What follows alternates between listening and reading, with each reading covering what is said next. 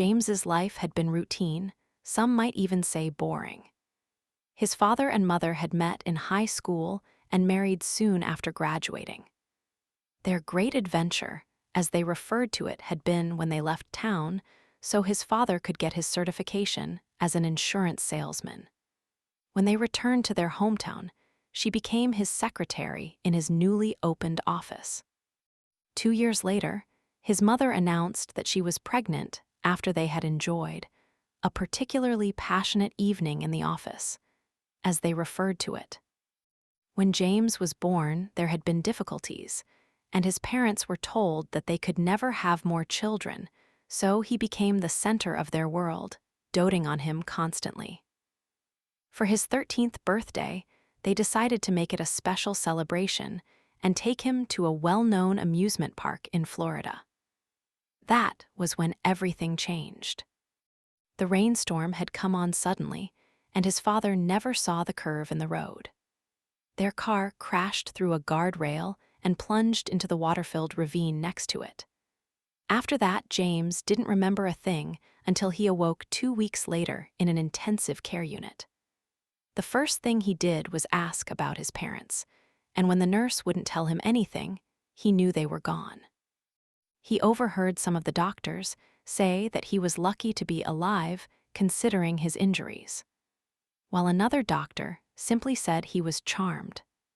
The following day, he was moved to a rehab unit. There he met Ms. Green, the social worker, who explained that his father had indeed been a very good insurance man and had arranged for everything in case of an accident, including a sizable life insurance policy for James.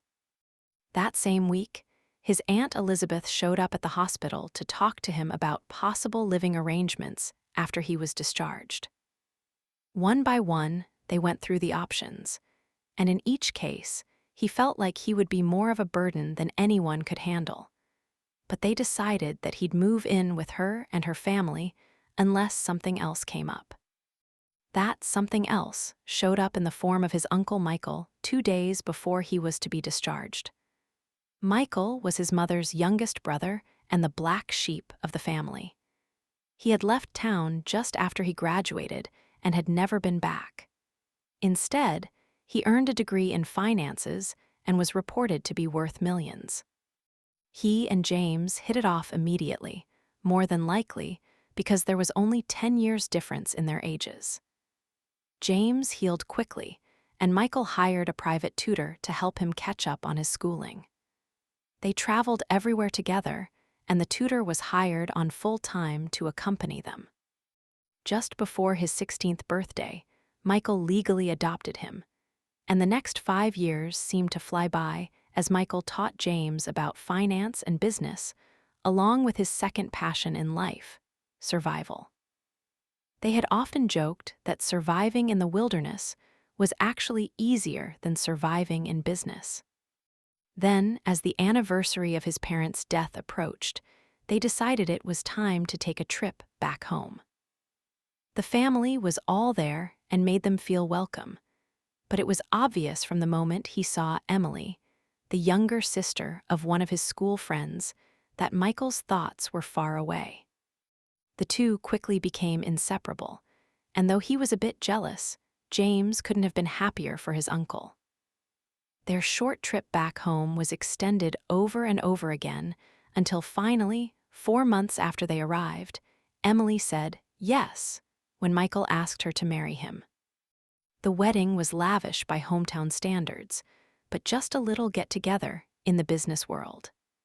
Either way didn't matter as James stood up as best man for the ceremony. At the reception, he heard people talking about the bride and groom and also about what a charmed life he had, all things considered. The big surprise that Michael had promised Emily as a wedding present came later that night when he took her and James to the local marina and walked them onto a brand new 122-foot yacht.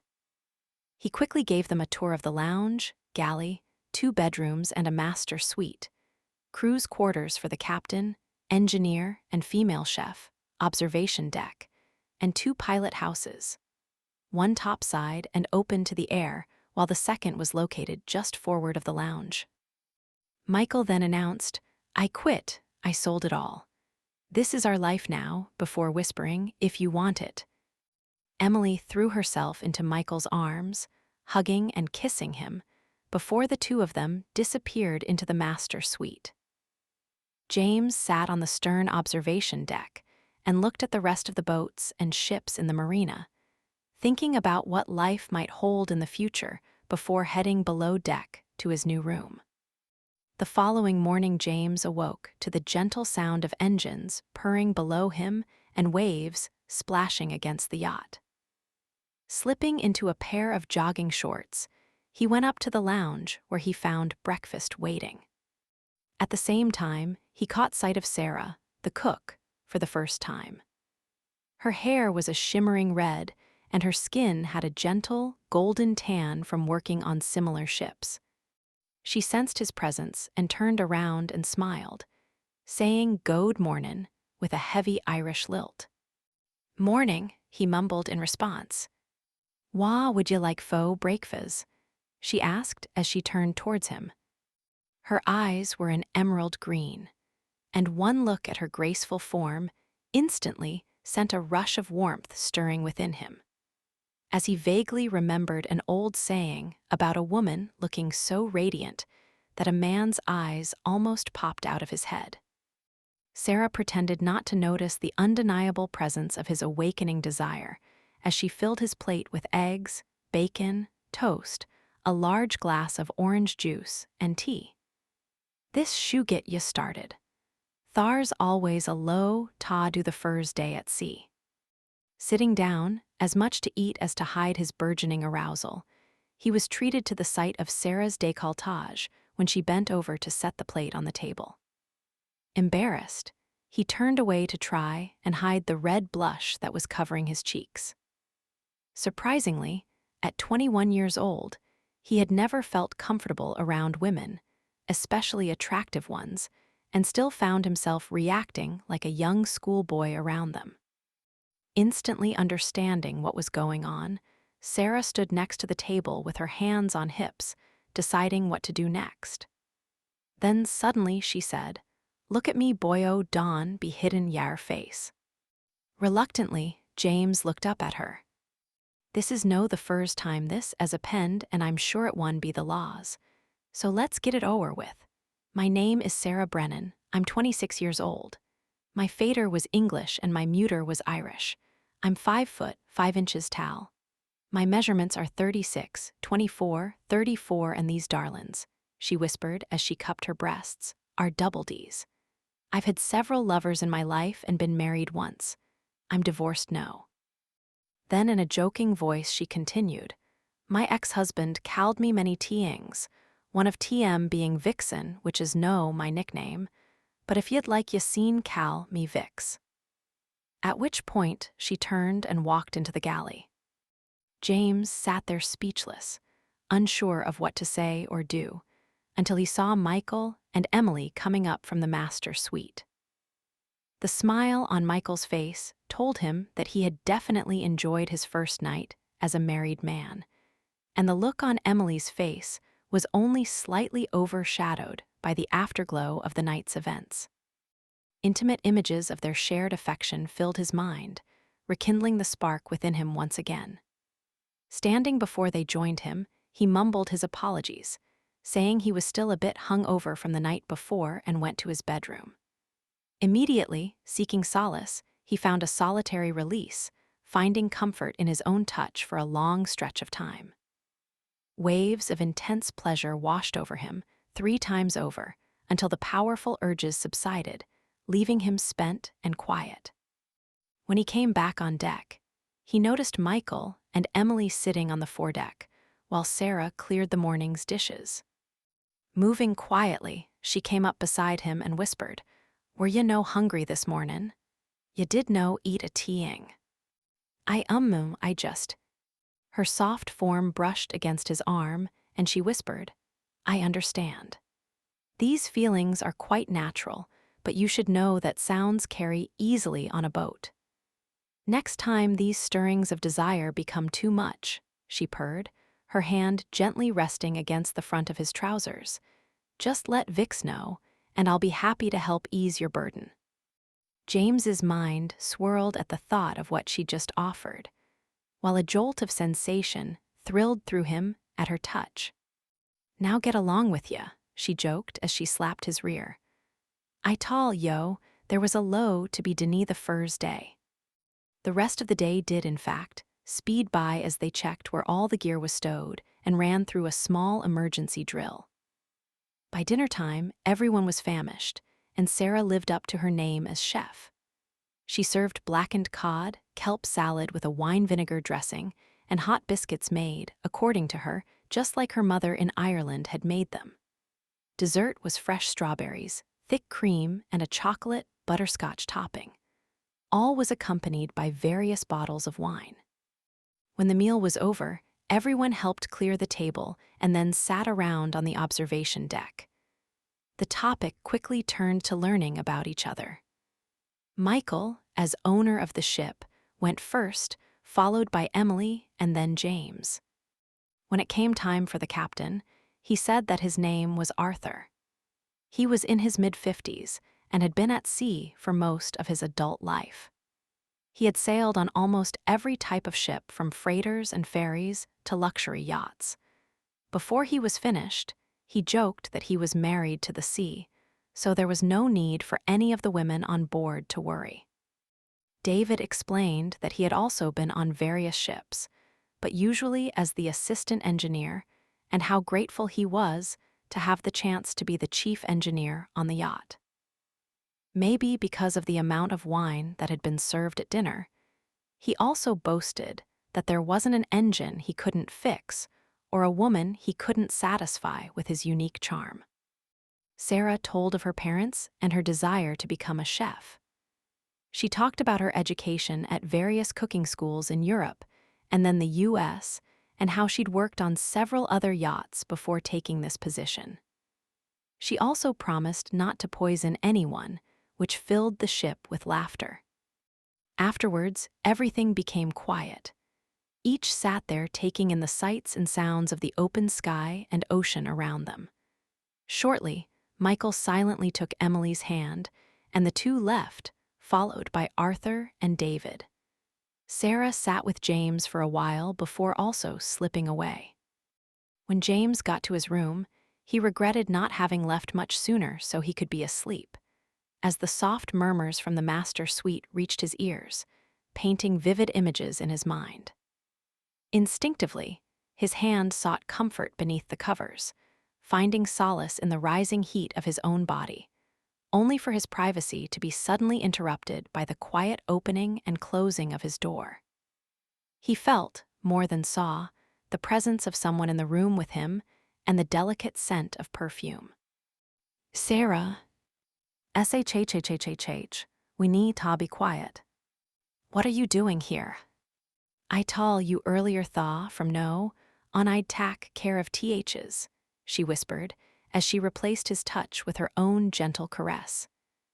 "As soon as I went to my quarters, I knew you'd be avin' a problem. I could hear them even down below." "What about?" "Shhhhh, I'll tak car o everything."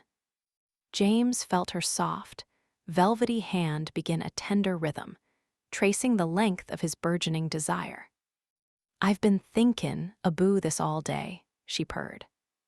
"When my hand found you this mornin', I thought it would be a surprise for you, but actually I was the one surprised by the strength of your passion, even after your previous release."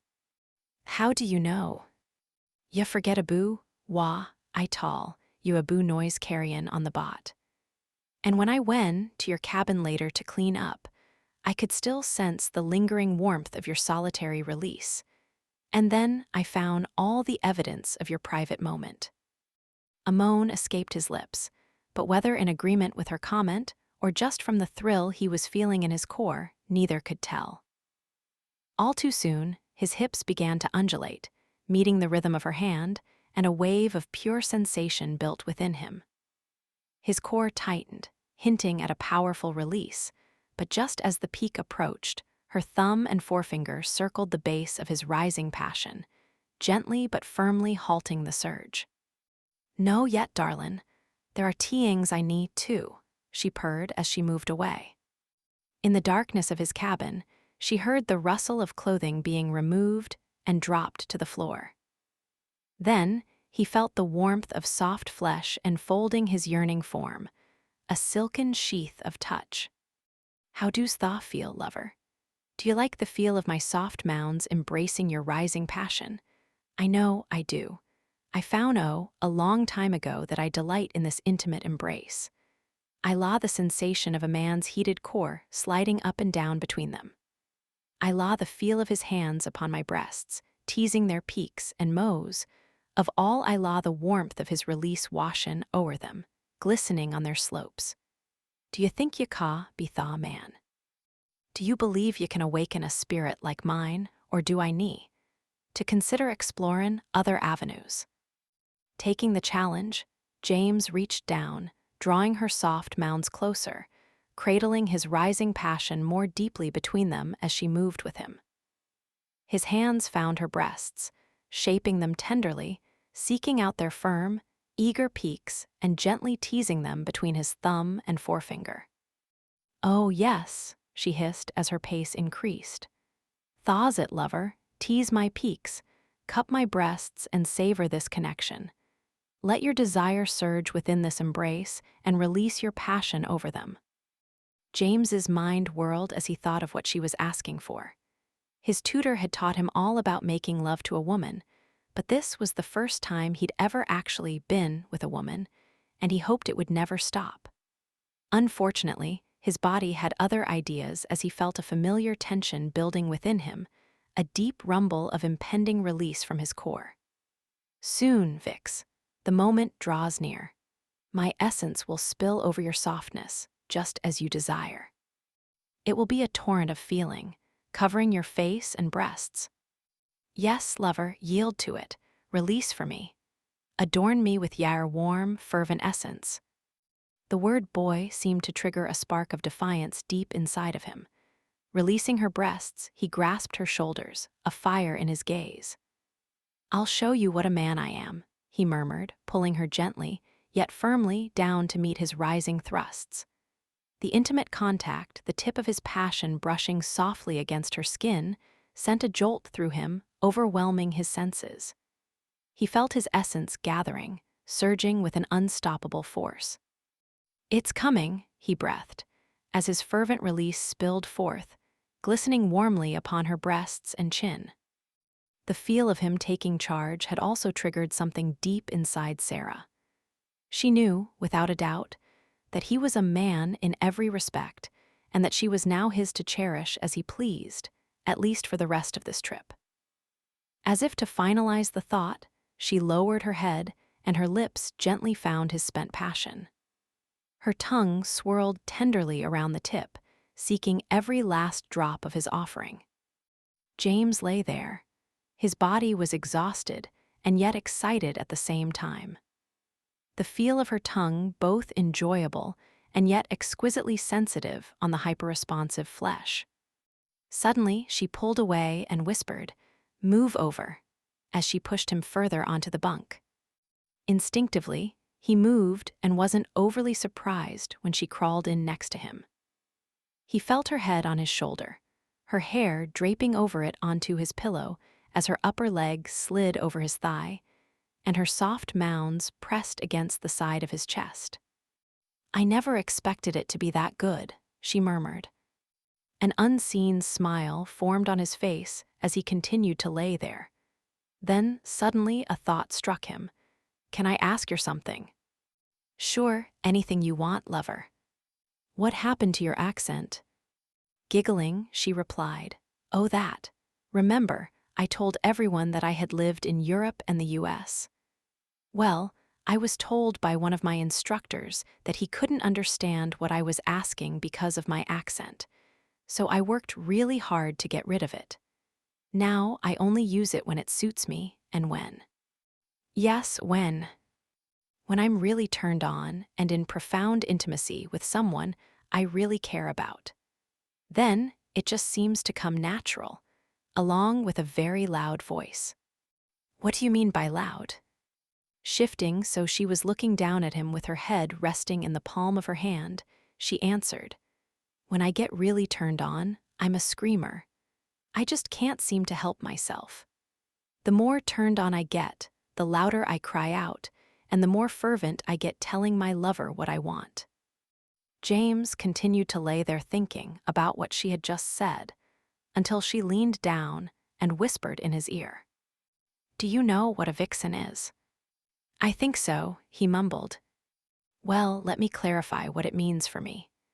In my case, it means I'm a passionate Irish wildflower who loves nothing more than the feel of a strong, ardent presence finding deep intimacy within my womanly depths.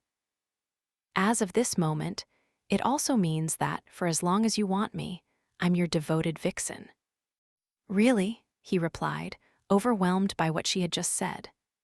"Yes," she murmured as she kissed his ear, "and I'll prove it to you right now." She continued as she lifted herself up and over him so she was straddling his body. For the first time, he felt the warm, tender landscape of a woman's desire, and felt his own passion stir anew. "That's it, darlin', that's what I need. A strong, eager presence. I want to witness its awakening and then welcome it deep within me. I yearn to feel its gentle stretch, its profound filling. Then, I want you to make love to me with fervent passion, deep and true. I want to feel it reaching the deepest chambers of my core, and then, if you wish, I want to feel it filling my being with a man's profound essence, emphasizing the word man." Without thinking about what he was saying, he replied, "I've always wondered what this was going to feel like, and tonight I'll find out with the most beautiful woman I know." Leaning forward so her soft mounds were dangling directly in front of his face, Sarah reached between her legs and wrapped her hand around his now fully recovered ardor. It was only then that his words sunk in, and she stopped. "You mean you've never?" "Nope, first time," he answered as he felt her hesitate. Grabbing her hips, he held her in place as her face seemed to show the battle going on in her mind. "I don't think," was all he let her say before thrusting his hips upwards, driving his burgeoning ardor between her tender petals and into her velvety depths. A soft hiss escaped from between her lips as she tried to pull away to no avail until he stopped. "Too late," was all he said as he held her there, united with his yearning presence. Almost imperceptibly at first, he felt her lowering herself onto his ardent form, embracing him, stretching to welcome him. He felt her inner warmth quiver, drawing him deeper and deeper until their intimate curls intertwined, and he pressed against the very heart of her femininity. Totally united with him, she leaned forward, resting her soft mounds on his chest and her head on his shoulder. "Either my inner sanctum has become more yielding since my last intimacy, or your ardor is far more profound than I had imagined." Then, almost as an afterthought, she added, "Not that I'm complaining. It feels utterly sublime. It's just going to take a little time to get used to it." James lightly caressed her back, sending little tremors throughout her body as he waited. What was probably no more than a few moments seemed like hours, until he felt Sarah slowly sit up. He was surprised to see that their soft, intimate curls were glistening with moisture, and the intoxicating scent of her awakening desire rose between them. "You've already stirred such a fervent longing within me. Just see the silken flow that has graced my core, and we've hardly begun," she teased. Leaving one hand on her hip, he reached up and grasped one of the dangling mounds, using it to pull her down towards his waiting mouth. "I can see it, feel it, and breathe in its essence. Now I yearn to taste it," he finished as he lavished attention upon an eager peek. Instinctively, she reached down and wrapped her hands behind his head, holding him against her as she bit down on her lower lip to keep from crying out in pleasure. She could feel him lightly tracing his teeth across her peak while his tongue teased it. Her body quivered at the exquisite pleasure of being the one to awaken his virginity. And yet, what he was doing to her was far more exciting than anything her more experienced lovers had done. His hand cupped and fondled her soft mound, and each time he lavished attention upon her peak, it felt like a million exquisite currents coursed directly from its tip to her core. Her silken essence flowed, tracing the length of his ardent form and pooling softly in his lap. Seductively, she reached between them and coated her fingers with the glistening warmth before placing them in her mouth. Nothing quite ignites the senses like the warm, tangy nectar of a woman's passion. Then, tracing her fingers through the glistening warmth once again, she offered it to his face. "Here, lover, taste this." Releasing her, he extended his tongue, a tender exploration of the glistening essence, before drawing her fingers into his mouth, savoring them as he had her peak. "MMMMM" was all he said as his tongue probed between her fingers, searching for every drop. At the same time, she felt his hand move from her hip, tracing the curve of her lower back, and with a slow, deliberate pressure, guided his passion deeper within her. Slowly she descended, enjoying each exquisite sensation, until with one final push, she welcomed his ardor fully within her. The exquisite sensation, a sweet meeting of his questing form against her innermost sanctuary, made the world swirl around her. She was no virgin by any sense of the term, but his ardor was reaching new depths and embracing her like none of her other lovers ever had. Leaning forward, she lowered James's head to the pillow while gently raising her hips. His passion slid along the length of her well-lubricated core until just the crown of his passion was nestled between her tender folds. Looking down at him, she uttered the words that every young man hopes to hear. "Embrace me, drive your strong, eager ardor into me, fill my feminine heart, bring me to my peak." Grasping her hips with both hands, James answered her plea, drawing her down into his embrace as his hips arched upward. The luminous pleasure on her face spoke volumes, a language he understood perfectly. Quickly they fell into a rhythm as old as time. She would raise her hips slowly while he pulled downwards until just the tip of his ardor was within her, and then they would rush back together again. Soon a soft, rhythmic sigh filled the air as the abundant warmth of her inner core flowed freely. Then suddenly she rocked backwards, arching her back, placing a hand on each of his outstretched legs. The change in position caused the crown of his ardor to find a tender, responsive place within her with each profound motion. The cool air danced upon her exposed, glistening jewel of pleasure until his thumb found it, pressing gently. The sensations were utterly overwhelming, his passion awakening her deepest sensitivities, the feeling of profound fullness and exquisite stretching, his touch upon her core, the rhythmic press of his desire against her innermost sanctuary. Her breath hitched, becoming a fervent plea between clenched teeth, embrace me with fierce devotion. Fill my feminine heart. It feels so utterly divine." Her hips seemed a blur as she slid up and down his ardent form, embracing him with desperate longing, surging against him as she sought even deeper union, back and forth, her soft mounds swaying, getting faster and faster. "Oh yes," she sighed. Her hips became a blur of frantic motion, moving faster and faster, never allowing their connection to break. She pressed downwards, driving his yearning deeper, her pearl of pleasure meeting his pelvis, seeing only the intimate intertwining of their sacred curls and a rising tide of glistening passion. "Don't stop. I need your fierce devotion. Harder, fill my feminine core." "Yes, yes." A layer of sweat covered her body, her breath was gasping and irregular, her body craved the release of a peak, yet she just couldn't seem to reach it. Maybe it was because of her hesitation about being the first, or maybe it was because she was just so awakened, but finally she slumped forward onto James's chest. "I'm so sorry, baby. I don't know what's wrong." I can't anymore. I just can't. James gently held her in his arms. His desire pulsed within her, while the responsive embrace of her innermost sanctuary tried to hold him deep. He had been so close to finally and fully making love to a woman. He knew how disappointed she was as he felt her body quiver and a small tear land on his chest. It's okay, Vix. Maybe it's best this way. Maybe we should just take our time and see what happens. No, she hissed vehemently as she looked at him. I want you now. I just don't know what's wrong. James lay there thinking for a few seconds before an idea suddenly popped into his mind. Maybe that's the problem. What? You're trying too hard. Maybe I need to take over.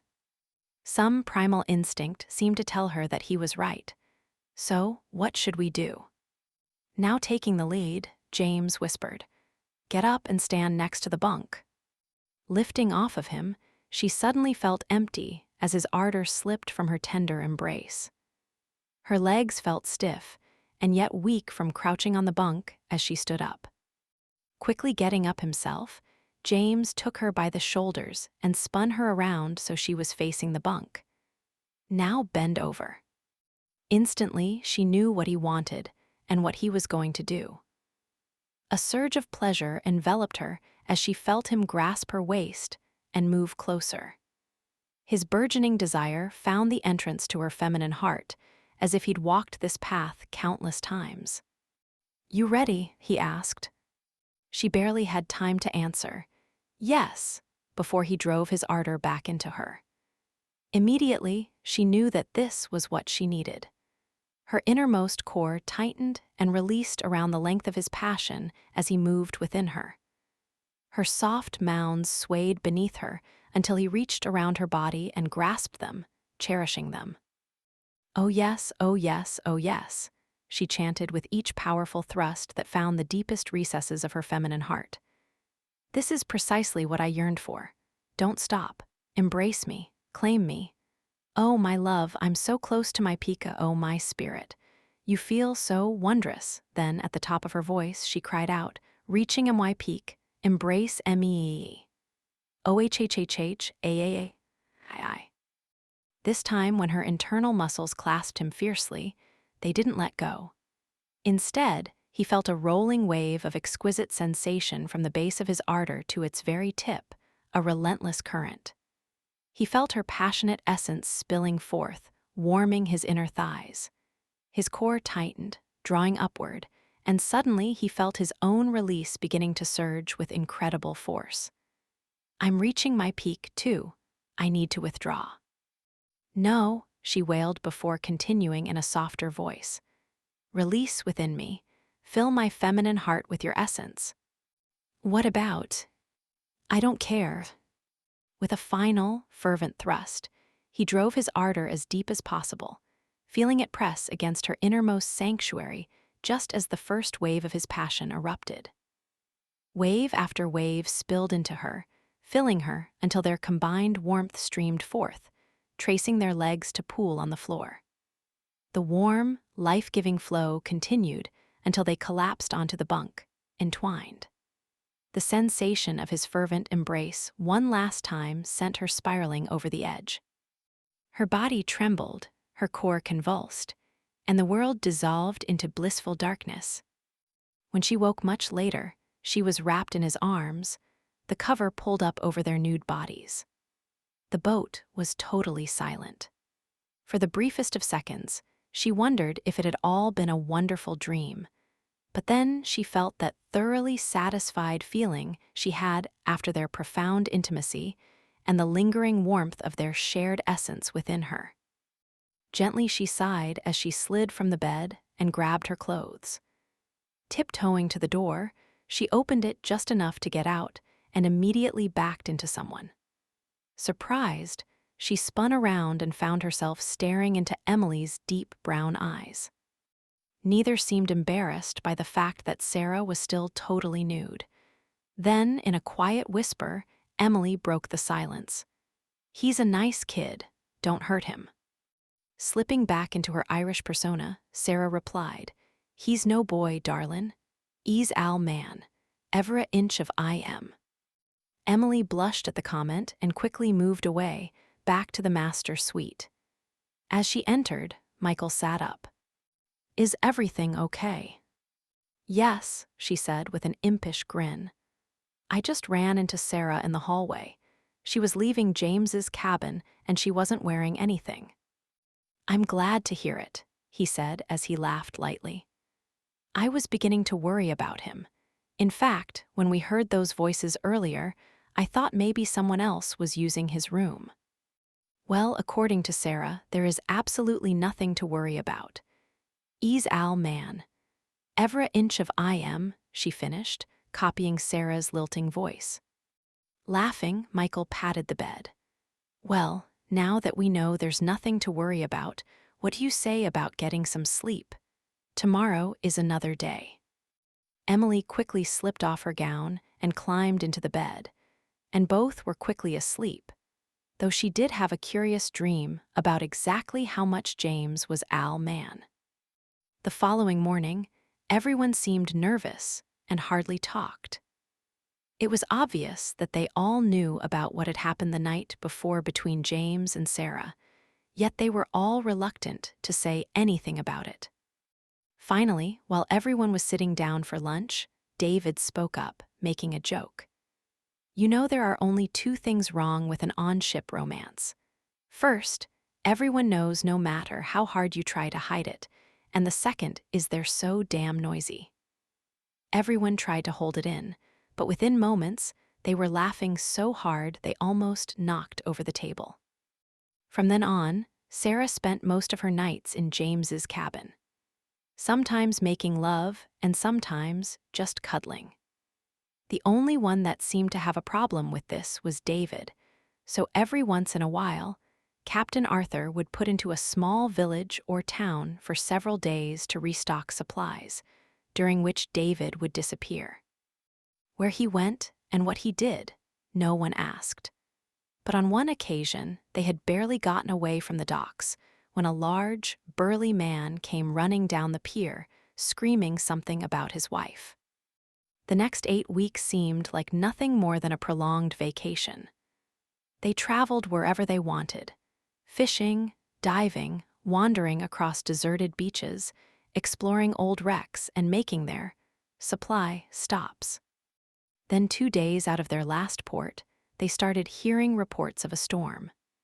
They plotted a new course and set up a watch schedule to track it, but just before 2 a.m., everything broke loose. There was a sudden crashing sound, and everyone rushed above deck. The waves were climbing but not too large, and in the flash of lightning, they saw something large in the water smashing against the hull. The captain ran to the forward pilot house and had just barely gotten there when it was lit up by more lightning and sparks flew everywhere. Michael rushed to the pilot room and returned moments later. He's dead. There must have been a power surge. Simultaneously, he and David ran towards the engine compartment as they heard the engine give its final cough and stop. Michael arrived first and pulled the door open. The whoosh that followed was almost as frightening as the ball of flames that came with it. David was blown all the way back down the hallway to the foot of the steps. Michael had taken the full brunt of the flame and was burned across the whole front of his body. James, on the other hand, had been lucky since he'd only just stepped out of the path of the fireball after pulling a life raft from its storage chest. He quickly jumped down into the hallway and pushed David up the ladder before following, pulling Michael along with him. While he had been below, Sarah had thrown both of the life rafts into the water, automatically activating them so they opened. James lowered Michael into one raft and quickly followed before turning to help Emily in. Sarah helped David into the second raft, and they both pushed off from the sinking yacht. The storm worsened, and for the next 7 hours, they were tossed and thrown against debris. When the sun broke through the storm the next morning, Michael, Emily, and James found themselves in a debris field of semi-flooded shipping containers that had obviously fallen or been washed off a freighter. There was no sign of the other raft. After checking their supplies, it was decided that James should try to see if there was anything useful within the containers. One by one, he opened each of them. Shoes, flotation devices, ACA basketballs, rope, material, soda pop, candy, a nylon cargo net, and plastic pipe. Unfortunately, the contents of several containers had already been destroyed by the water, and one sank as soon as it was opened, though James thought he saw the remains of several corpses as it went down. The salvaged supplies soon filled the raft and the area around it. James spent the next several hours running the net around everything he could, and then climbed back into the raft with Emily's help. One look at Michael told him that things were going from bad to worse. "How is he?" he whispered. Turning away from Michael, she replied softly as she tried to hold back her tears. "He's got burns across most of his face and chest. I'm pretty sure he's blind, but the worst part is that the burns are breaking open. That means that he's not only losing fluids, but can easily get infections." "What are you two muttering about?" Michael suddenly said. "Nothing," replied James. "Don't give me that bullshit. I know what's going to happen and so do you. It's just a matter of time, so listen to me. Before the captain and I went to bed the other night, we noticed a few small islands not too far away. We planned on using them for shelter if the storm got too bad. They were south and southwest of our position, which means, holding up a hand to feel the direction of the sun, they should be that way," he pointed. "From the sounds of it, you've got plenty of supplies, so you just need to hold on and take care of each other." 3 days later, Michael died nestled in Emily's arms. With no other options, they slid him over the side and mimicked a burial at sea. For the next 2 days, neither said much, constantly on the lookout for the islands Michael had told them about, and just as he had foretold, they saw the islands on the evening of the 5th day. Using the paddles, they struggled through the surf and had almost made it to shore when the raft overturned, dumping both of them into the sea. James quickly surfaced, and after first checking that Emily was okay, grabbed the rope on the raft and pulled it to shore. Exhausted, he collapsed on the sandy beach and was laying there when Emily emerged from the surf. Not once during the last 5 days had he paid any attention to what she was wearing. But he couldn't help but notice as the wet, almost sheer material clung to her body. As if with a mind of its own, he felt his own desire stir anew beneath the thin material of his shorts. Afraid that she might notice, he scrambled to his feet. "I need to find some wood to make a fire and warm us up," he called over his shoulder as he headed into the jungle.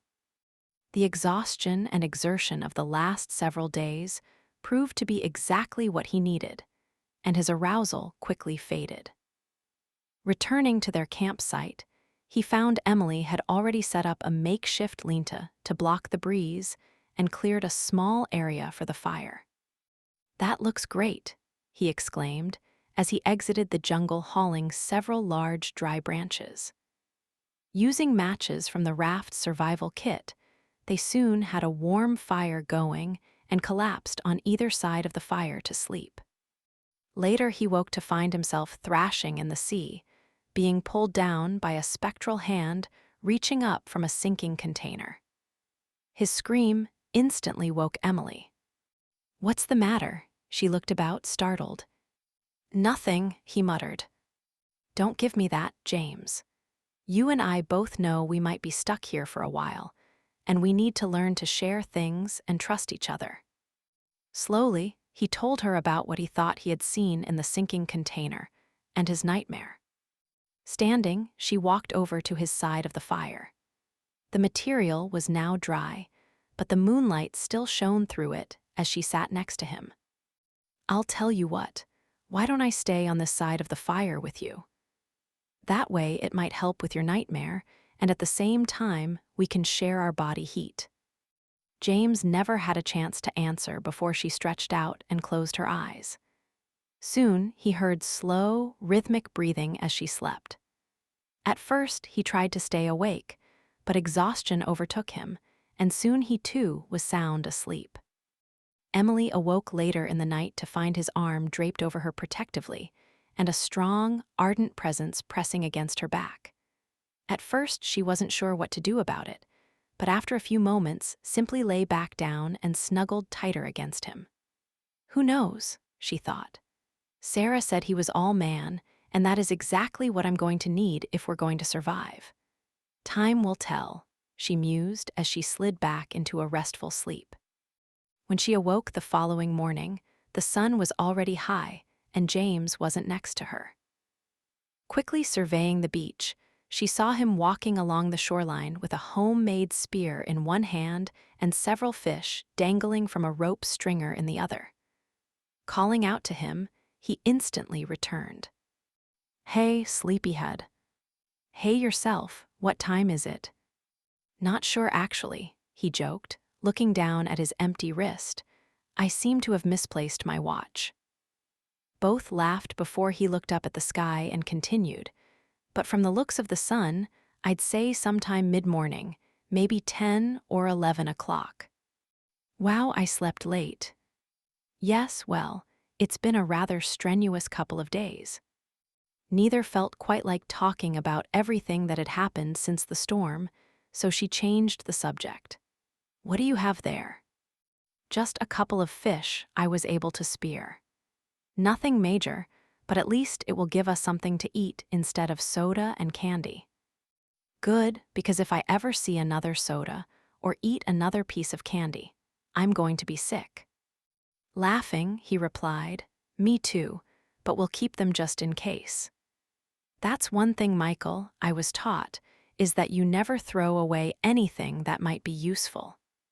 Splitting the fish open, he threw them on a section of wood and cooked them, plank style.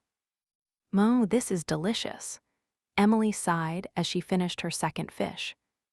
"Nothing to it really, but when we're finished, I think we better start making some plans." "What kind of plans?" "Well, we don't know how long we'll be here, so we'll need to find a better place to stay and make a shelter. We'll also need to find a supply of fresh water or something just as good to drink." "Like what?" "We could survive on coconut, papaya, or some other fruits, but water is the best option." "Agreed," she said as she stood. "Actually, I was thinking I'd go now, and you could go a bit later. That way, there's always someone here to keep the fire going. Wouldn't it be better if we both looked?"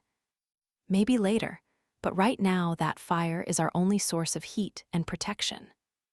Understanding that what he said was true, and also that he was trying to take on the role of the protective male, she agreed. "Okay, but only for a little while. Do you see that point on the other side of the lagoon? I'd appreciate it if you didn't go beyond that this first time. I may need your help, and I really don't want to find myself alone." "Agreed," he replied as he set off. As he walked along the beach, he soon found coconut, papaya, mango, breadfruit, and bananas, which he carried down towards the water's edge so he could grab them on the way back. The waters of the lagoon were teeming with fish, and he thought he caught a glimpse of a wild pig as he neared the point Emily indicated should be the end of his first day's search. Then, as he was about to turn back, he made the most important discovery of the day. Just before the point, the land climbed upwards, and a waterfall cascaded over its lip, splashing into a pool below. Scooping a handful of water, he was overjoyed to find that it was fresh water. In the meantime, Emily stayed close to the fire but strolled inland, looking for more wood. While foraging, she found a large stand of bamboo just a few yards from the beach. When they returned to the campsite, they shared their individual finds and made plans. The following day, they cut bamboo, made it into a raft, and for the rest of the week, they moved their supplies to the plateau above the falls. Yet at the end of each day, they returned to their original campsite to eat and spend the night nestled against each other. James soon proved his abilities to provide food using snares, traps, and his spear, while at the same time exhibiting skills using a machete and building a shelter for them. Emily proved a steady hand with a slingshot for birds, as well as knowing where to forage for the best fruits, and was surprised to find she had almost a natural ability to weave mats. 1 week became 2 and then 3. Finally, their new shelter was ready. "We can move into the hut tomorrow," he said as they sat by the fire. "I know, but it's going to feel strange after living here on the beach for so long." "Yes, but we knew things would have to change the longer we stayed here." "Yes, we did," she whispered before stretching out in the sand to sleep. When he woke up the next morning, she was gone along with the bamboo raft. Packing up the last of their gear, he headed for the far side of the lagoon and a new step in life. Sure enough, the bamboo raft was pulled up in the sands, and Emily's footprints led in the direction of the hut, though hut may not have been the best way to describe it. Built 10 feet up into the trees, it had an open area, like a terrace, facing the sea. The shelter itself had 4 solid bamboo walls with a door onto the terrace, and windows in each of the other sides. The roof was made of woven mats with palm thatch over it. It even had a door made of the same bamboo and window panels made of thatch that could be dropped down to keep out rain or bugs. He had also built a table with 2 chairs, some shelves, and hung sections of the cargo net to act as hammocks, almost like what he'd read in a book when he was younger. "Emily, are you up there?" he called. "Yes, just getting a few things settled. I was worried when I woke up and you were gone." "Didn't you see the message in the sand?" "Nope, didn't see it. What did it say?" "It said that I couldn't sleep, so I came over here early. That's all." "Okay, do you need any help up there?" "Not really." "Okay, then I'm going to head over to the upper point and take a look. I know it sounds crazy, but it would be just our luck to have done all of this and then have a ship find us." Laughing, she replied, "You're right, just our luck." But quieter so he didn't hear she finished, though I'm not sure I want anyone to find us. That afternoon when he returned, he found her sitting on the terrace looking out at the sea. Without even turning towards him, she began to speak. "Do you remember when we first landed here? We said that we might be here for a long time and would need to take care of each other just like Michael told us to." "I remembered." "Well, we have a problem." "What's that?" "The hammocks." "The hammocks?" "Yep." "What's wrong with them?" She hesitated before continuing. "I was married less than 6 months before Michael died, but during that time, he ignited needs in me. Needs that I haven't attended to since we landed here. I know Sarah ignited those same needs in you." Still looking away, she continued, "In fact, I felt those needs pressing against me several times while we slept on the beach, and I followed you into the jungle one night and watched you take care of your problem." "Okay, so what does that have to do with the hammocks?" Turning back towards him, she answered, "They're too far apart. I've grown used to the feel of your body against mine. The feel of your strong, ardent presence pressing against my back or slipping between my legs. To be honest, I actually put it there several times and then moved back and forth to find a private release. A couple of times, I almost thought you were going to reach your peak, too." "I was," he replied. "But then I remembered that technically you're my stepmother and figured you'd think I was a pervert or something." "In that case," she said as she untied the knot of the muumuu that she was wearing and let it fall to the floor, "let me tell you exactly what I think and want. I don't think you're a pervert. In fact, I think you're an outstanding man. You've kept us safe, fed us, and made a life for us here. And what I want is to be your wife." "My wife," he exclaimed. Yes, your island wife, if that makes it seem better. I want to do everything with you. I want to be with you in every sense of the word. I want to make a life here with you, and I want to make a family with you. I want to feel what it was that Sarah felt while you two made love. I want to feel you buried deep inside me, filling my feminine heart with your passion. I want to know what it's like to be so turned on that I cry it from the rooftops for the whole world to hear. Now do you understand? I only have one question, he answered as he pulled her into his arms. What's that? When would you like to start? Looking up into his eyes, she whispered, would now be too soon. Not at all, he answered as he scooped her up in his arms and carried her into the hut. Inside, he slid his hand behind the back of her head and pulled her to him, kissing her. He parted her lips and probed inside, seeking her tongue. Mm, she murmured as her tongue met his. His free hand slid to her shoulder before gliding down, placing the palm of his hand over her breast and peak before cherishing it. Slowly, gently he caressed and fondled it with his fingers. So good, she sighed as she broke their kiss. Been so long. He lowered his head and placed his lips on her breast. Then ever so slowly, he parted them and encircled a desire-hardened peak. He flicked his tongue across it and was instantly rewarded with a deep moan. Then taking the peak between his teeth, he gently bit down, sending an erotic, lustful surge through her body. As if dancing, she began to twist and sway in his arms, her hands locking behind his head, pulling him tighter against her chest, forcing more and more of her soft mound into his mouth, until he began to lavish attention upon her peak. Can't believe I'm doing this. Going to let my stepson, my island husband, embrace me. So deliciously wicked. Shifting to her other peak, he descended and cherished it into his mouth, flicking and swirling his tongue across it, just as he had done on the other side. Her mind and body were ablaze with desire. As if in a dream-filled haze, she felt herself being lowered to the carpet-covered floor. She felt his body slide up hers, and for the first time realized that he was nude. She could feel his strong, ardent core pressing against the junction of her legs.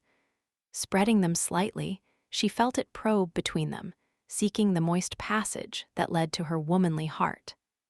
She felt his knee slip between her legs, spreading them wider and wider, until he had both knees between her legs and his ardent form was nestled against her tender petals. Teasingly, he asked, "Are you sure this is what you want? Are you sure you want to feel your island husband's passion buried deep within you?" Her feminine core was already warm and slick from her arousal. Quietly she purred, "Yes and yes."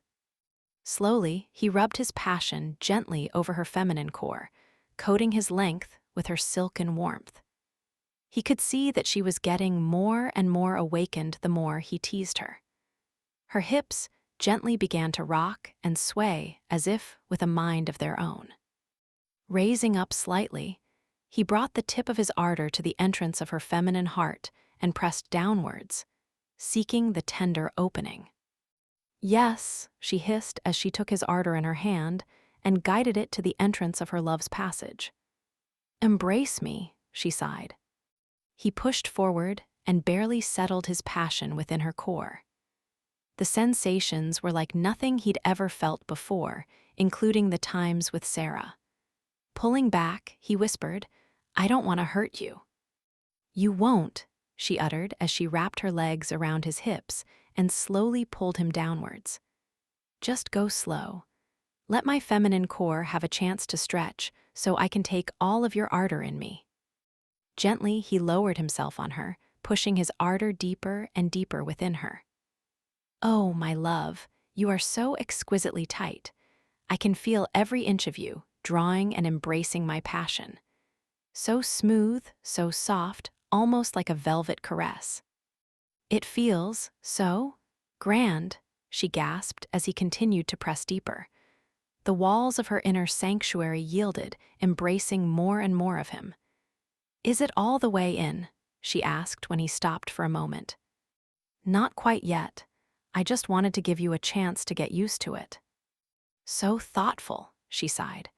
Michael used to say that there were two types of men when it came to making love to a woman: the penetrator and the lover. The difference is that the penetrator is only interested in his own pleasure, while the lover realizes that the more you stimulate the woman, the greater the experience for him. I can tell you right now you're definitely a lover. Smiling at the praise, he slowly guided his passion all the way in. She tightened her legs around his waist and arched her back, offering him a chance to go even deeper. Go slow, lover. I want to feel your passion all the way inside me. Grasping both hips, he pressed in while pulling her towards him until his ardor pressed against the very depths of her feminine core. So deep, she groaned. Michael was never able to get this deep. Oh. What about other lovers? He asked quizzically. Her eyes opened and seemed to focus on him for the first time since they'd started. Michael was my first and only lover. Startled, he asked, what about all the rumors? Oh, those, she continued as she held his ardor inside her. To be honest, I shared moments of intimate touch in school, and if I may say so, I can pleasure a man more exquisitely than any woman you'll ever know. But Michael was the first I allowed such profound intimacy. His was the first ardent connection I truly welcomed, though not necessarily the most thrilling I've ever felt within me. Maybe I shouldn't take that memory from you, he teased as he started to withdraw.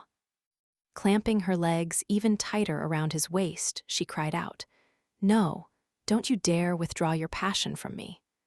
I told you earlier that from now on I'm your island wife, so put it back in. Put your ardor back in me, and don't ever take it out of me like that again. He obeyed her plea and pushed his strong, eager ardor into her yearning core. Is this what you wanted? He teased again. Yes. You want my passion buried deep within you? Yes. Then what? I want you to embrace me. What do you want me to embrace? My feminine heart. I want you to embrace my feminine heart. Still holding his ardor in place, he knew he had but one more question to ask. A question that Sarah had told him would show that a woman was giving herself completely to her partner. A question that could be answered with just one word. I couldn't hear you. What is it you want me to embrace? My feminine core, she answered once again. I still can't hear you, he quipped. Confused for a moment, the answer suddenly burst from her memory. A word that almost no woman used except with her lover. My very essence. I want you to embrace my very essence. I want to feel your passion buried all the way in my core. Slowly, he sank his ardor into the depths until it was once again completely buried within her. She shivered from the exquisite feeling of his strong passion filling her and instinctively began to rock her hips. He responded by moving slowly in and out with long, deep strokes. Ooh, wow, it feels so good, she moaned. A guttural groan escaped from deep within him as he began to drive his ardor harder, faster, and deeper into her. She responded by thrusting her hips upward, meeting him thrust for thrust. She quickly released her hold around his waist and planted her feet on the floor, pushing back against his ardor. Each downward thrust of his was met by a corresponding upward thrust of her own. The sound of their flesh meeting filled the hut. His body pressed down against her, her soft mounds flattened against his chest. He took both hands and encircled their outer edges and brought them together. Then he slipped his thumbs up to each of her peaks and gently rubbed them. Oh, I love it. I love the way you cherish my soft mounds. She felt herself getting more excited and began thrusting upward even faster and harder. She wanted her feminine core to cherish and embrace every inch of his passion. Suddenly, it was her turn to ask, "Do you enjoy this intimacy with me?" Do you enjoy feeling your passions slide all the way within me?" "Oh, yes," he groaned and started moving with furious intensity, surging harder and harder into her. His breathing began to get ragged. His ardor plunged in and out of her feminine core, and she realized that she was only moments from exploding into the most climatic peak of her life. Though she had experienced peaks by using her hands, and when Michael made love to her, she somehow knew that none of them would ever compare to what she was about to experience. So wrapped up in her own lustful bliss, she barely noticed when he said, "I'm reaching my peak, Emily. Should I withdraw, or may I release my passion within you?" This was the moment of reality that she had inwardly questioned. Could she possibly surrender completely and truly become his island wife? The answer exploded from her very core as she felt her own release erupting. "Keep embracing me," she rasped in time with their intimate dance. "Embrace my essence, release within me, embrace me, fill my essence with your passion. I want you to pour your soul into me." Any doubts that either had about what they were doing disintegrated at that moment as his passion surged from the tip of his ardor, coating the walls of her feminine core, and he bellowed, "I'm reaching my peak." "Oh, yes," releasing deep within your feminine heart. "Oh." His body began jerking, and he lunged forward, surging his ardor deep into her as his essence began to pour into her core, but not just any core. This was the intimate sanctuary of his island wife, and this was their first profound union, a moment that could never be repeated. Feeling his passion exploding into her, she couldn't hold back any longer. "Oh, my love, I'm reaching my peak too. I never imagined it would feel this exquisite. Oh, my dearest, don't stop. Keep embracing me. Fill my essence with your passion. Sue divine. Harder, that's it, just a little more. Now, a," she cried out. Every bird on the plateau instantly took flight at the sound of her ecstatic release, but neither of them cared as she encircled her arms around him and held him tightly. At the same time, her feminine core quivered, contracted, and embraced the length of his releasing ardor, cherishing every last drop of his essence. Together, they collapsed into each other's arms, both of them completely spent. Their hearts were beating as fast as a sprint runner, their breathing was deep and deliberate. Slowly, they calmed down and began to return to normal. Finally rolling off of her, he looked up at the roof as she snuggled against him. "I guess I better start making a bed for us," he sighed. "That would probably be a good idea," she responded as sleep overcame both of them. That night, James's dreams were filled with visions of Sarah, yet as the night wore on, they slowly changed into Emily. The feel of her body pressed against his almost seemed real as the sun began to shine through the window. Yet there was something more to his dreams as he felt her nestled next to him. Lifting his head, he was surprised to see her looking back up at him. "Good morning." "Good morning, gorgeous. How are you feeling?" Absolutely fantastic," he replied, stretching. "Any regrets?" "None at all."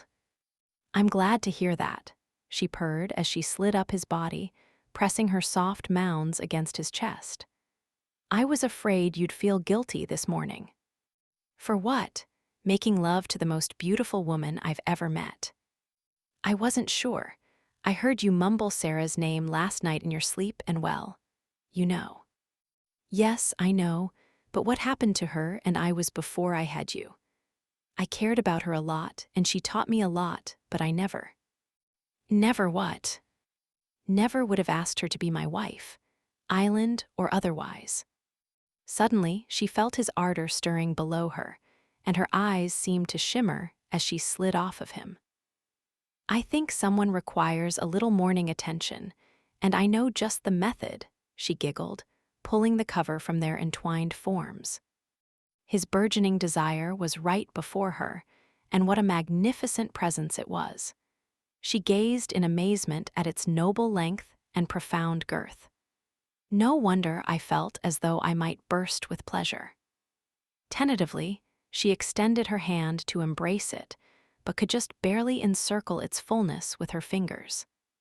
James let out a long, slow breath in reaction to her touch. I hadn't realized that I'd be that sensitive this morning.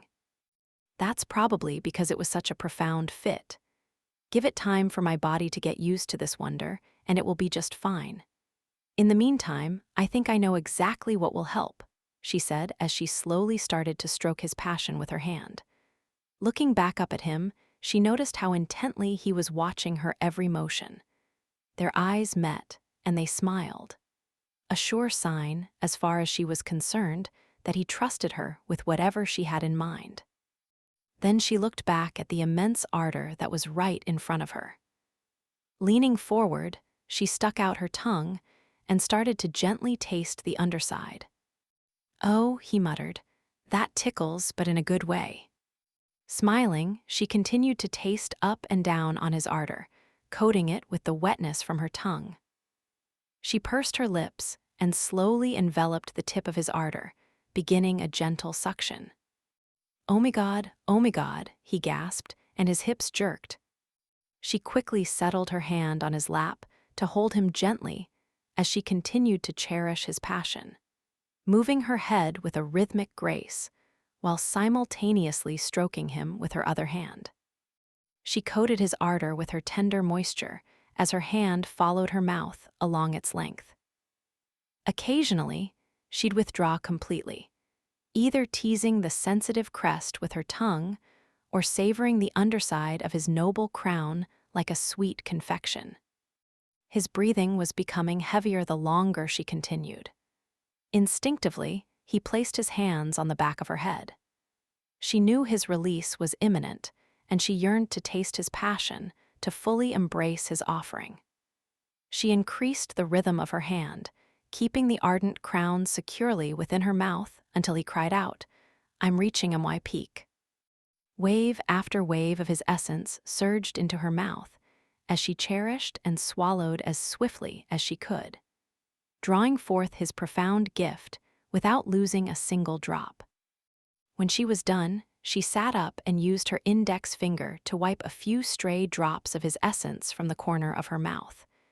Then, with a playful smile, she savored the remains from her finger. Delightful.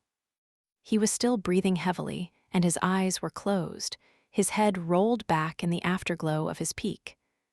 After a few moments, he opened his eyes and looked down at her. That was incredible. Smiling, she slid back up his body and replied, "I told you that I could pleasure a man's ardor more exquisitely than any woman you'd ever met." "You certainly can," he said as he took her in his arms and kissed her passionately, tasting the fervent, sweet essence of their shared passion. They kissed long and hard, their tongues battling each other. When they pulled away, he looked down at her breasts. Her soft mounds were easily within reach. Wrapping her in his arms, he rolled them over so now she was under him, laying on the floor.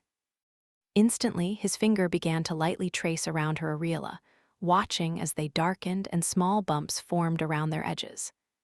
"I adore engaging with your beautiful mounds. I'm not sure how to explain it. They're soft yet resilient. When I cup them, it's almost like a yielding caress, yet they return to their perfect form. They're so generous and alluring, yet they possess such graceful lift. I can't keep my hands from them. And just look at your tender peaks. They're practically begging for my devotion," he concluded, as he gently teased a peak between his index finger and thumb. She instantly felt a warm glow between her legs as he cherished her soft mound. "It felt so good last night when you lavished attention upon them," she told him, hoping he would take the hint. "Maybe I should do it again then," he teased. "I think I'd like that," she giggled in reply. "I'm going to lavish attention upon your tender mounds until they sing with pleasure.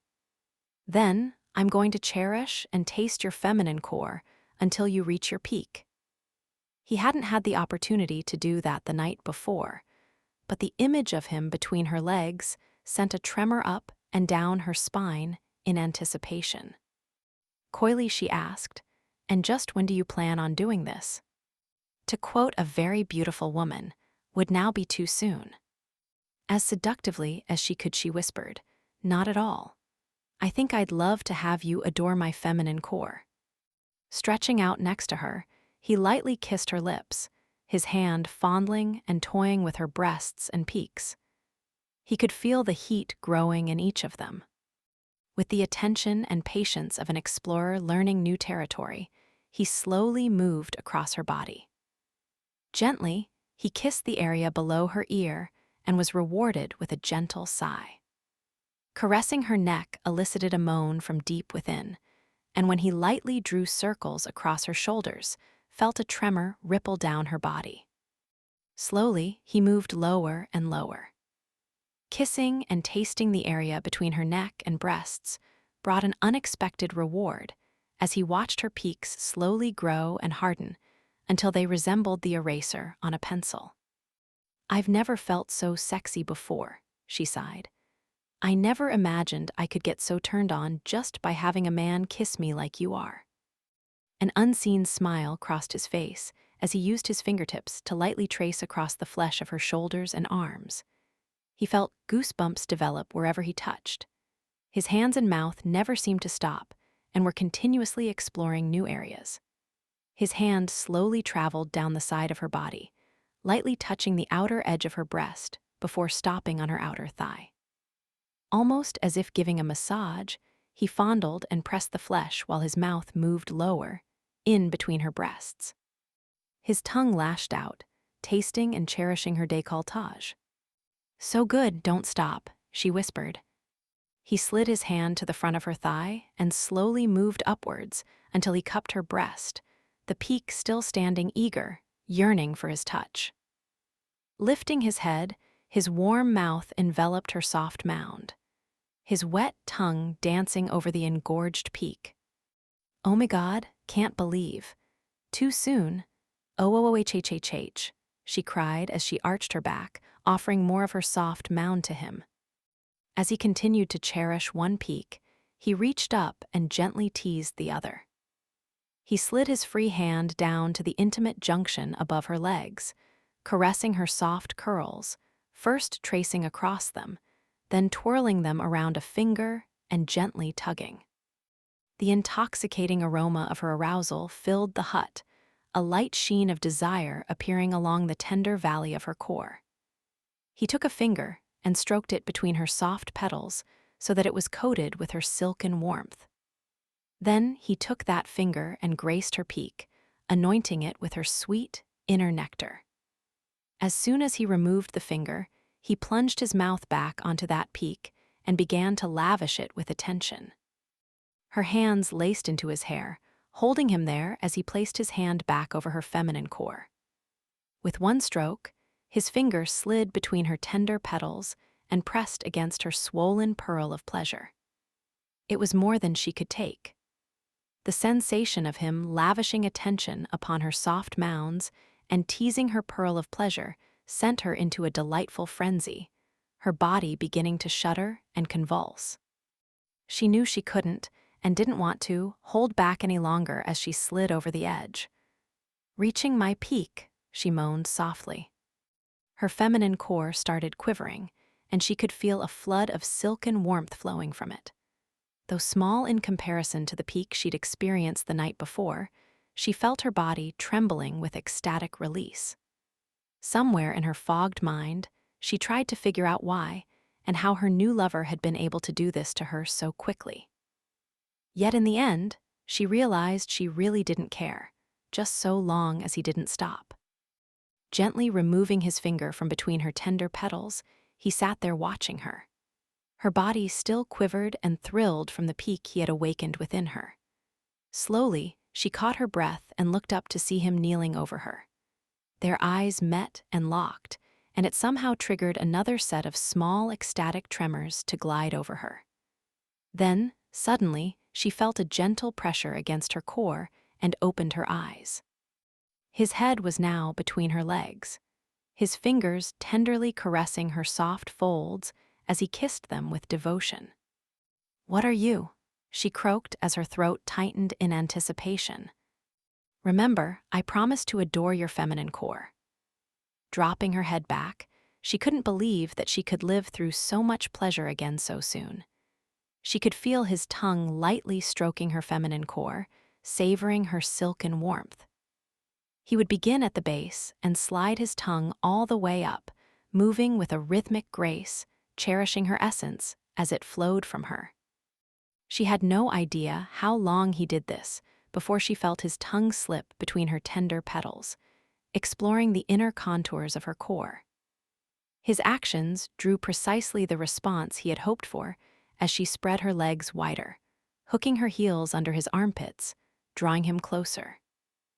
It felt so utterly sublime that she instinctively began rocking her hips to meet his tongue. Then he moved his tongue, starting at the base of her feminine core, tracing firmly upward until his tongue reached her jewel of pleasure. When he pressed his tongue with tender firmness against it, she couldn't help but gasp. Her heels dug in harder as she pressed her core against his mouth, a sweet, fervent union. His tongue swirled around her pearl of pleasure, and it wasn't long before he sensed she was approaching another exquisite peak. Her breath became ragged and irregular as she pressed herself against his tongue. Glancing upwards, he watched in fascination as she grasped her soft mounds in her hands and squeezed. More startling was when she teased her peaks between her index finger and thumb, gently tugging until they seemed to stretch with exquisite longing before she released them, and they sprang back with eager life. Her voice was strained as she began moaning. "Feels wonderful. Yes, right there. Oh, my love, you make my feminine core feel so divine." At that moment, he reached up and inserted 2 fingers into her feminine core, tracing across the upper wall, pressing against her tender responsiveness. "Oh yes," she cried out, pressing her feminine core against his devoted face. His tongue pressed against her pearl of pleasure, and she exploded into another exquisite peak. "Oh, my dearest, I'm reaching my peak again. You're bringing me to bliss again. Oh, keep adoring my feminine core. Oh, my love, oh, my love, oh, my love," she chanted before her mouth flew open as if in a silent scream, but all he heard was a deep, satisfied sigh. Her body heaved and swayed in ecstasy, finally arching in one last powerful tremor of release before collapsing. Lovingly, he continued to caress her inner thigh, planting tender kisses on her tender petals, no longer trying to arouse her, but simply to show how much he cared for her. When her peak had finally subsided, he scooted up over her body. With his large hands, he grasped the outsides of each of her soft mounds and brought them together, creating a deep cleavage between them. Then he pushed his face into the area between her soft mounds and started gently kissing. He kissed and tasted her soft breasts, finally finding his way to a peak once again. He slowly tasted and flicked his tongue over it, alternating from one breast to the other. Tenderly, he looked up at her and smiled. "Do you like my soft mounds?" she asked, already knowing the answer.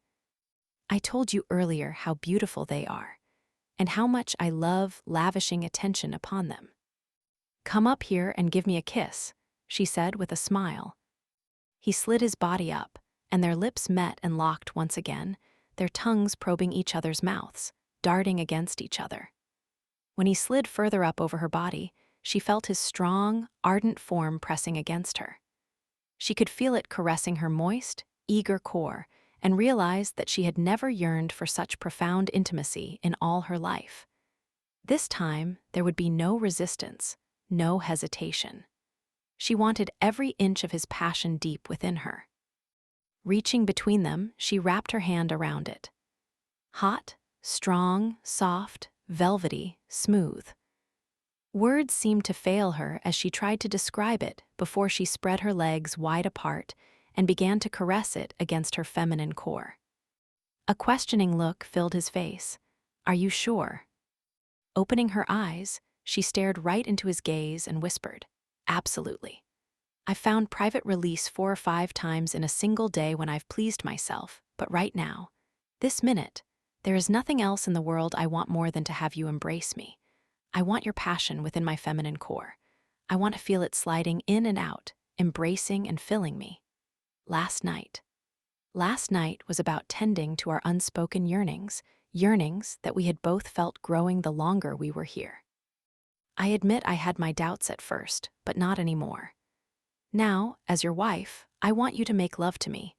From now on, I am yours anytime and any place, and I hope you feel the same. She continued as she caressed her feminine core against him. He looked at her and then slowly raised his hips. Intuitively, she positioned the tip of his ardor at the entrance of her feminine heart. Slowly, he eased into her, and they felt the walls of her core yield, embracing him. There was no pain, only pleasure, as he slid deeper and deeper. This feels unbelievable. I can feel it inside of me. Guide it all the way in. I want to feel it against my innermost sanctuary. I know it can be intense for some women, but last night it was a sweet intensity, but at the same time it felt suo-divine. Now be a good husband, and embrace me with fervent passion. She finished as she scooted her hips up to give him a better angle to guide his ardor into her eager core. Your feminine core is so exquisitely warm and yielding. That's it, honey, guide it all the way in. He gave one final thrust, and she could tell that his ardor was completely buried in her. They held each other, motionless, for a moment, then they kissed. Slowly, he started pulling his ardor back out of her feminine core. He felt the muscles tighten as she moaned.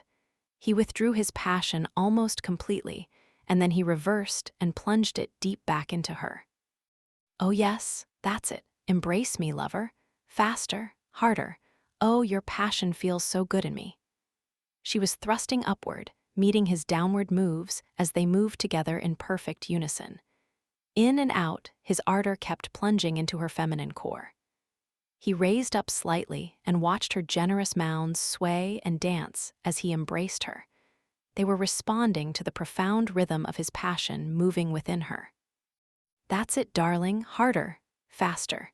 Fill my feminine heart, embrace me, don't stop. Please don't ever stop, I'm so close. Oh, my love so awakened, I need you so fiercely, I need your passion, I need you deep within me. A ag. It only seemed like moments before he felt the familiar sensations deep in his core. I'm reaching my peak, Emily, he cried out. Once again, like last night, he asked, should I withdraw? No, fill my essence with your passion. I want you to pour your soul deep within me. Bury your ardor deep in me and cover my essence with your passion. Embrace me, my love. Oh. Embrace me fiercely, she screamed as she thrashed about under him, eager to have him fill her core again with his profound essence. Positioning himself so he was on his elbows and toes, he lunged forward, surging his ardor deep into her feminine core. As he moaned, she felt his passion pouring forth, another profound offering, filling her core yet again. He kept moving, driving his ardor deeper and harder with each movement as he filled her. Oh my God, you're making me feel so good. That's it. Keep embracing me. Oh, your ardor is so grand. Honey, I can feel you filling my feminine core with your passion. Embrace me, darling, embrace your wife. I want to be your wife and have you cherish me forever. The words had barely left her mouth when she exploded into the most earth-shattering peak of the day as she threw her legs around him, drawing him deeper into her. The feeling was like nothing she'd ever felt. A warm, fluttering sensation almost overshadowed the exquisite feeling of his throbbing ardor, buried deep inside her clutching core. Through her ecstatic haze, she thought, could it be? I haven't taken anything in months. Michael and I were trying. When was the last time I had my period? Can I really count on that after everything we've gone through? The questions flooded her mind, but ultimately, just like when she'd asked, how and why, it didn't really matter.